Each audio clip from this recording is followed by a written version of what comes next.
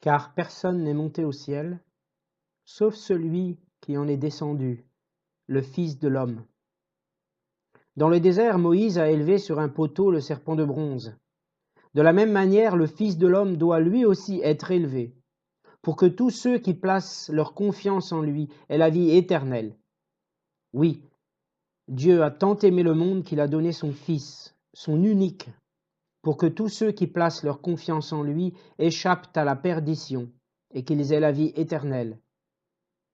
En effet, Dieu a envoyé son Fils dans le monde, non pas pour condamner le monde, mais pour qu'il soit sauvé par lui. Dans cette parole du jour, Jésus s'adresse à Nicodème. Nicodème est un sage qui croit en Dieu, qui écoute Jésus. Il était membre du parti des pharisiens, c'est marqué au début du chapitre 3 de l'Évangile selon saint Jean. Il admirait Jésus, il croyait en Dieu, mais il admirait aussi, bien sûr, Jésus dans sa dimension de fils de Dieu par les miracles que Jésus faisait. Et bien sûr, Nicodème savait que Jésus faisait des miracles parce que il savait que Dieu était en lui. Et ça aussi, c'est un peu plus haut dans le texte. Mais Jésus voit que Nicodème n'a pas compris que naître sur la terre, c'est autre chose que naître dans l'esprit.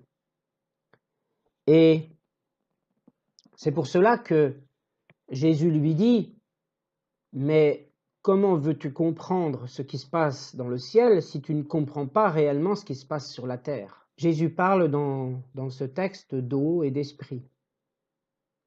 C'est-à-dire que l'eau, c'est l'esprit. Même si dans le texte grec, c'est marqué le « et », la conjonction de coordination peut vouloir dire « c'est-à-dire ». Donc l'eau, c'est l'esprit.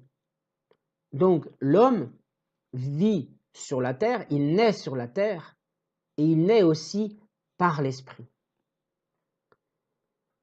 De même que Moïse, lorsqu'il a érigé le serpent de bronze, parce que l'Éternel le lui avait demandé, le peuple ayant péché contre l'Éternel, en critiquant l'Éternel, et en critiquant aussi Moïse, eh bien le peuple, quand ceux qui avaient été mordus, et qui n'étaient pas encore morts évidemment, ont regardé le serpent de bronze qui était en haut, parce que l'Éternel l'avait décidé ainsi, alors ces gens-là ne sont pas morts. Et bien de même, il faut que le Fils de l'homme soit élevé pour que ceux qui croient en lui aient la vie. Nous regardons notre Seigneur, nous sommes qu'il est au ciel, nous le regardons à l'intérieur de nous, nous sentons sa présence, nous voulons qu'il nous guide, bien sûr, sur le chemin de la vie, puisqu'il est la vie, la vérité et la vie. Il est le chemin qui mène vers le Père. Par Dieu, il est élevé. Et comment est-il élevé? Eh bien, il a été élevé en passant, bien sûr, par sa passion.